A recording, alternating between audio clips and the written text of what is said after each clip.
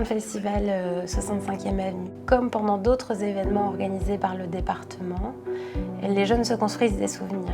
Et ça, c'est ce qui nous intéresse.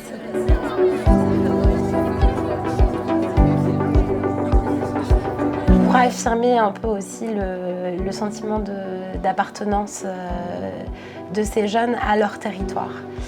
C'est important pour aujourd'hui et pour demain, pour que le territoire reste un territoire attractif sur lequel on a envie qu'il se passe des choses et dans lequel on a envie de vivre ou tout seul, ou en famille, mais dans lequel on se projette.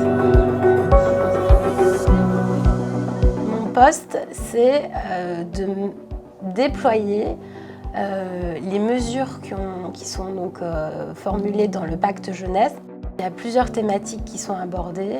Ce qui a déjà été réalisé, par exemple, en tout cas en termes d'action, c'est une fête des 3e.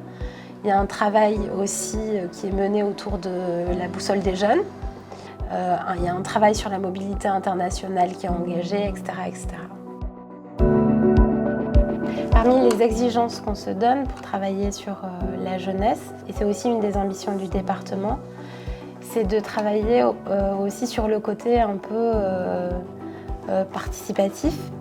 Donc c'est de trouver, ça c'est vraiment un petit challenge, c'est de trouver à quel moment et quand effectivement on peut leur donner leur place à ces jeunes dans la construction des projets qu'on mène en fait pour eux, que ce soit du coup pour, par et avec eux. Donner les chances que ce pacte jeunesse il ait un réel impact sur le territoire.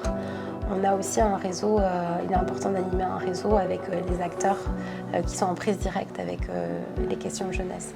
Alors ce pacte jeunesse, il est important pour plusieurs raisons. La première, c'est de se rencontrer tous ensemble, les partenaires, puisqu'après c'est plus facile de travailler ensemble.